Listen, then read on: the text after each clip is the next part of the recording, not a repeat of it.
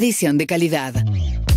8:35 de la mañana decíamos que Milei, después de estar como un tiempo sin insultar a nadie, no es que lo insultó, pero sí de alguna manera lo calumnió, diría yo, pues si te dicen ladrón es como calumniarte, puso kirchnerista igual ladrón a partir de un recorte, unos dichos de Manuel Álvarez Agis en el que decía lo siguiente.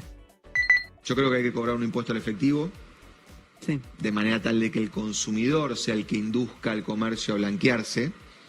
Al mismo tiempo tenés que hacer... ¿Cómo sería eso? Voy al cajero, pongo 1.000 y salen 900. Entonces, cuando me doy cuenta que pasa eso, voy al kiosco y le digo, no, cobrame con tarjeta, con billetera virtual, con QR, etcétera. Cuando yo salgo el efectivo y me meto a la billetera virtual, lo único que tiene que hacer Arca es mirar que si hay un tipo que recibe transferencias de 134 quits por día, eso se llama un comercio. No se llama que tenés una familia grande que te ayuda, ¿sí? Y en ese sentido tiene que obligar a las billeteras virtuales a ser agente de retención. Bueno, según Milei esto equivale a robarte el 10% de tus ingresos como propuesta. Emanuel Álvarez Agis, ¿cómo andás, Emanuel? Buen día, María, ¿cómo andas? Bien, todo bien, que estás queriendo robar ingresos de la gente. Bueno, déjame hacer primero una aclaración casi personal, digamos. Yo, la verdad que respeto la investidura presidencial y no me voy a referir a los agravios del presidente, pero sí, qué sé yo, te tengo que decir yo, es medio desagradable, viste, ser autorreferencial, pero yo trabajo desde los 18 años, 22 años en el sector privado, 4 en el sector público, no tengo una sola causa de corrupción, un solo problema con la justicia por hurto, robo, defraudación al fisco, etcétera. Y tomo al presidente hace un mes y medio y digo, quitemos los insultos para poder discutir el contenido. Ese es el presidente que a mí me gustaba. Lo de ayer, nada, no importa. No, porque la idea es no insulto, pero peor, porque uno no puede decir, o sea, si decís, ok, no les digo más mandriles, no, pero la verdad es que decirte ladrón es una calumnia, es una cosa, digamos, un tipo de situación muy desagradable, digo, no sé con qué me quedo. Voy a ir yo no me quedo con nada, pero no importa, digamos, qué sé yo, lamentablemente es lo que es, pero yo creo que la investidura presidencial incluso está por sobre estos exabruptos, entonces, si yo empezara a descalificar al presidente, me parece que aporto mi grano de arena para que vivamos en un país peor. Voy a ir por algo de lo que dice Manuel. A mí me parece interesante que lo puso al gobierno a discutir algo que no tenía en agenda y que uno puede estar de acuerdo o no, esto que hablábamos antes de qué lado te parás, de la zanahoria o del palo, pero bueno, no importa. Lo puso a discutir algo que no tenía en agenda y al gobierno le molesta salir de su propia agenda cuando tiene que ir a discutir un tema que tiene que ver con los ingresos. Sí, a ver, igual, además, lo peor es que, bueno, obviamente, como la informalidad es un problema complejo en la Argentina, la solución es difícil de explicarla en 14 segundos, que es el recorte que hizo el presidente. Pero lo central de esa propuesta, que tiene 3 patas, es que arranca eliminando el impuesto al cheque, o hoy más relevante el impuesto a las transferencias bancarias. ¿Por qué? Porque la carga tributaria argentina está repartida de manera tal de que incentiva la informalidad. Porque si a mí un proveedor me manda una... Déjame terminar con esto, por favor, María. Si a mí un proveedor me manda una factura, yo, como me mandó la factura, no puedo zafar de pagar IVA y ganancias. Cuando le hago la transferencia bancaria, además pago el 1.2. Entonces, si yo le digo al proveedor guiño, le pago en efectivo, no solo me ahorro el impuesto al cheque, me ahorro el IVA y las ganancias. Entonces yo lo que digo es, saca el impuesto al cheque, punto 1. Ahora, punto 2, si haces eso solo, aumenta el déficit fiscal. Entonces compensalo con un impuesto al efectivo. Y ahí empieza la controversia. ¿Y cuál es mi punto? El mecanismo, el incentivo que eso genera.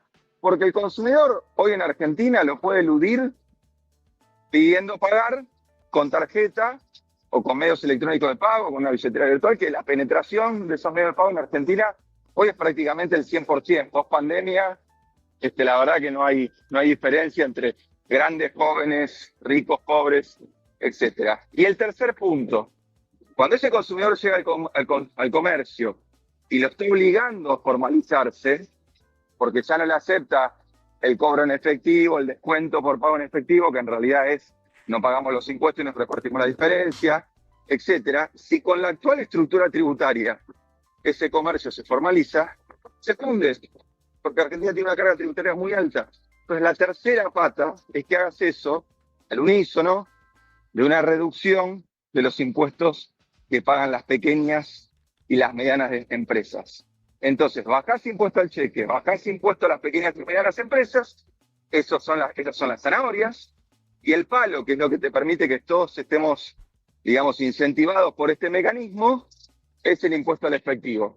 Por supuesto que puede ser perfectible, discutible, uno puede estar en contra, a favor, pero de vuelta, esos son mis argumentos, y por último, no inventados, copiados de los países que hicieron cosas razonables con problemas de informalidad. Particularmente este esquema está copiado de lo que hizo India en el año 94, que permitió reducir la informalidad del 80% de la economía al 40%, y que es un caso de estudio para todos los que trabajamos en esto, digamos. Yo que no hago propuestas de política económica porque no es mi trabajo, digamos, mis clientes no me pagan para eso, pero bueno, era una entrevista larga, me preguntaron qué haría yo y comenté eso, nada más. La India, ¿cómo es? Estamos charlando con Emanuel Álvarez Agis respecto de bueno, esta propuesta que generó, que de todas maneras es interesante pensar cómo bajar la informalidad, ¿no? Porque esto es un poco alrededor de lo que se está discutiendo también con el tema de la informalidad laboral, porque está todo medio interconectado, ¿no? Sí. Yo pensaba esto, porque yo le decía a David hace un rato, Emanuel, yo decía, bueno, por ejemplo, yo hace rato que no uso efectivo, ¿no? Y por ejemplo, voy a la verdulería y hace rato que pago con billetera electrónica. Entonces yo imaginaba que ya hay mucho menos informalidad a partir de la difusión en ese tipo de transacciones. No lo hay, porque todas esas transacciones no están fiscalizadas por el ARCA. Entonces ese es el punto, María. Si nosotros saca la verdulería, porque aparte obviamente estos esquemas tienen cantidades mínimas a partir de las que se aplican, con lo cual mi punto acá, la informalidad laboral no son los verduleros de la esquina, digamos. Pero fíjate lo siguiente, suponete un comercio grande que vende cosas caras. Si ese comercio bancariamente recibe 120 transferencias por día, el banco tiene la obligación de comparar los ingresos con su declaración de impuestos para que haya alguna relación entre el dinero que recibe y el dinero que declara ante el fisco. En cambio, habrás visto que muchos comercios te dicen, no, pago con QR, no, transferencia.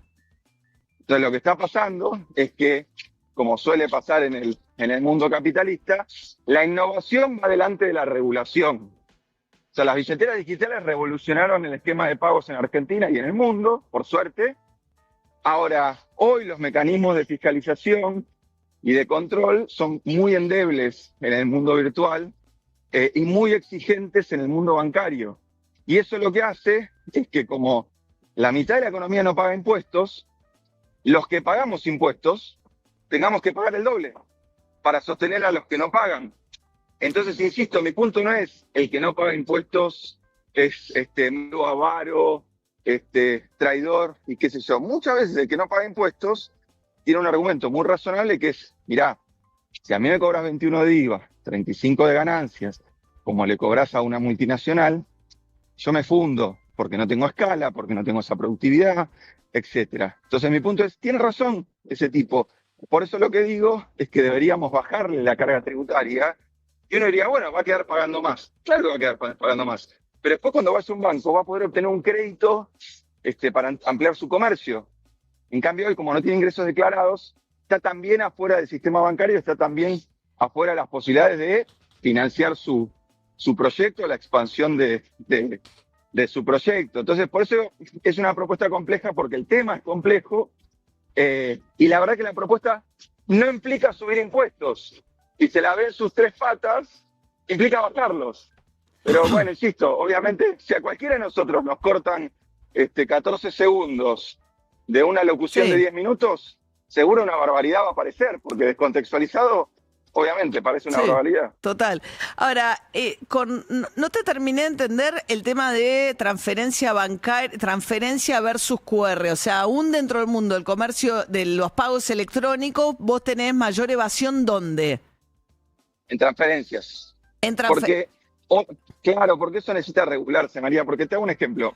Vos antes seguro le dabas plata a tu hija para salir. Sí. Y hoy tal vez, si la seguís manteniendo... Le mando plata a la billetera. Claro, le haces una transferencia. Sí. Entonces, por ejemplo, esa transacción no tendría que estar grabada, porque vos no tenés una relación comercial o laboral con tu hija. Ahora, si vos sos peluquera y todas tus clientas te mandan transferencias, hoy la AFIP no está mirando ese tipo de transacciones. E insisto, la peluquera no importa, porque muchas veces son la economía de refugio, como la llamamos los economistas. Pero cuando vos tenés un corralón de materiales que vende 3 toneladas de cemento y le dice transferencia, guiño, guiño, o peor, pago en efectivo. Sí. Bueno, ahí tenemos toda la evasión tributaria, que después deviene en la informalidad laboral. Porque si yo no declaro ingresos, no puedo declarar trabajadores. Ujú. Porque entonces mi contador me dice, pero flaco, vos tenés 10 empleados para facturar 0, ¿qué sos, una ONG? O sea, sos estúpido. Entonces, ahí hay un punto donde cuando uno mira la estructura de costos de una empresa, el peso de los impuestos al trabajo es relativamente pequeño respecto de lo que le pasa a esa compañía cuando entra al mundo formal y tiene que enfrentar IVA, ganancias, y depende de la provincia donde esté situada, ingresos brutos, y depende de la municipalidad donde esté situada, tasas. Entonces, si vos me preguntás cuál es el problema para blanquear empresas en Argentina, son más los impuestos generales que los impuestos al trabajo. Por eso creo que la propuesta también tiene un costado de promover la formalidad laboral. No, un detalle de lo Estamos que dice charlando con Emanuel Álvarez Agis. respecto a las transferencias. Arca tiene un sistema que hay un aviso automático si la transferencia es mayor a los 50 millones de pesos. O sea, si es menor a los 50 millones de pesos, no avisa. Puede pedirte información, Sí. pero no tiene el aviso automático ni para las billeteras ni para los bancos. Ahora, es cierto, Exacto. O sea, Emanuel. Perdón. O Sí. sea que si yo le vendo a 100 personas Sí. en un día 49 millones de pesos a cada una, Ah. no pasa nada. Sí. Y la verdad que no tengo un comercio particularmente pequeño, Ujú. si esa es la, si esa es la Claro. situación. A eso, insisto, estas son cosas que en el mundo se están regulando, se están pensando, se están modificando. En mi punto era, me preguntaron, ¿vos qué harías?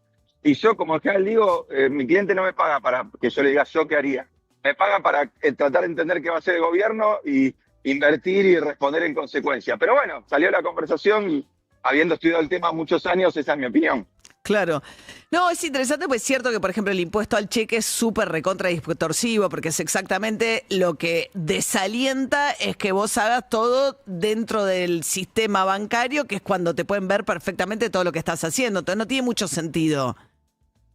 Exacto, y de vuelta, como esa es una carga tributaria, arriba de todos los impuestos que ya pagamos los que estamos en el mundo formal, muchas veces la gente dice, bueno, ¿sabés qué? Prefiero mandar al cadete al cajero que retire 5 millones de pesos y no solo me salgo del impuesto a las transferencias bancarias, sino que no hacemos factura, nadie paga IVA, nadie paga ganancias.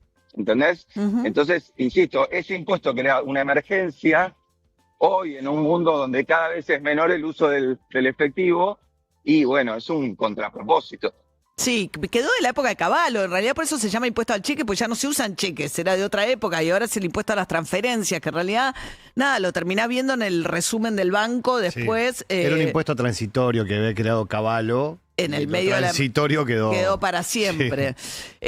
Yo, María, lo veo cada vez que le pago a un proveedor, o sea, hago la transferencia y le tengo que mandar el comprobante, porque si le mando la impresión de la pantalla, o sea, si le saco una foto a la pantalla, el proveedor me dice, no, me pagaste más.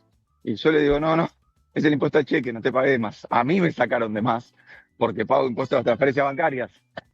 Claro. Estamos charlando con el Manuel Álvarez Agis y la discusión acerca de cómo alentar básicamente una mayor formalidad en la economía. No sabía el caso que esto venía del caso de la India. Bueno, y aprovecho y te pregunto, ¿cómo ves el escenario económico post elecciones con relación a, digamos, la tranquilidad financiera, si esto, digamos, va a durar en términos de que genere un mayor, bajan las tasas, mueva un poco la economía?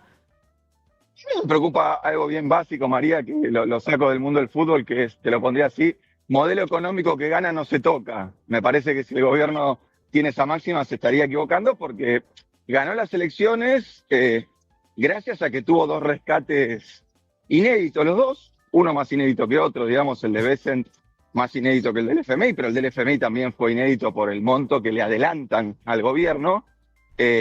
y la verdad que llegamos con la lengua afuera, digamos, requiriendo que el Tesoro de los Estados Unidos, digamos, le alimentara o sostuviera la corrida cambiaria. Entonces, te digo algo, a mí me genera una particular frustración porque siento que Milei puede cometer el mismo error que la Cristina del 2011 del 54%, gobierno que yo integré, porque no sé si te acordás que la campaña era, viene la etapa de la sintonía fina. Claro, uno dice, mirá, ganaste con el 54% de los votos, incluso yo creo que la gente te dio carta blanca para hacer sintonía gruesa. Pero bueno, sintonía fina en ese momento probablemente era dejar flotar el dólar, corregir un poco las tarifas, hacer algunos ajustes de gasto público y tener un programa inflacionario que te permitiera volver a las inflaciones de un dígito del 2007, 2008. Me parece que con Milei puede pasar algo parecido. O sea, haber ganado no indica que el dólar a 1.500 está bien.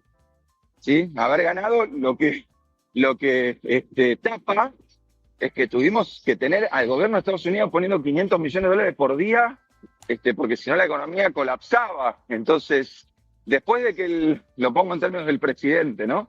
Después de que el ajuste más grande en la historia de la humanidad sea refrendado en las urnas, yo aprovecharía para hacer las correcciones que Claro.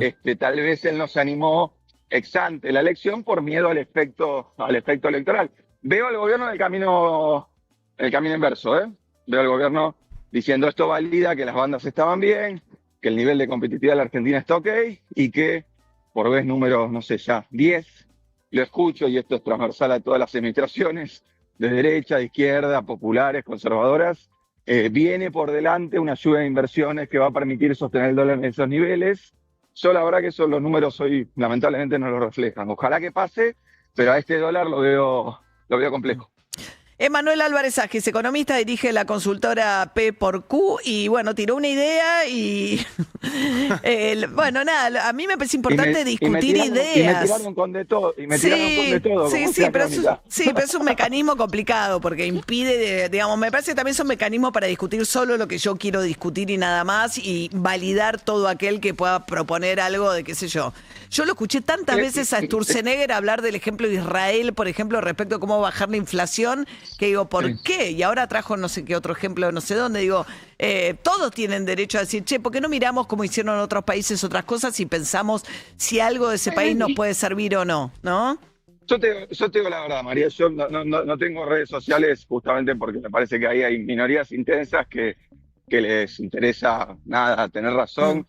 Si yo te digo lo que pasó en mi WhatsApp a partir de esto, tengo mensajes de los más variados de economistas, empresarios diciendo me gusta, no me gusta, yo la pensé de esta manera, habría que eso es lo que vale, eso es lo bueno. Fíjate que acabamos de hablar un rato largo sobre el impuesto al cheque, las transferencias, que es vital, o sea, la manera en que pagamos y transaccionamos todos los días y pensar qué tipo de incentivo genera eso dentro de la economía y la recaudación. Por eso te decía que me parecía interesante, más allá si uno está de acuerdo o no con lo que plantea Manuel, es que lo llevó al gobierno a discutir algo que no estaba... Bueno, por ahora lo que hicieron... No, bueno, ahora está en la discusión. La discusión es pública ahora, ya está. Digo, tiene que decir algo. Gracias, Emanuel.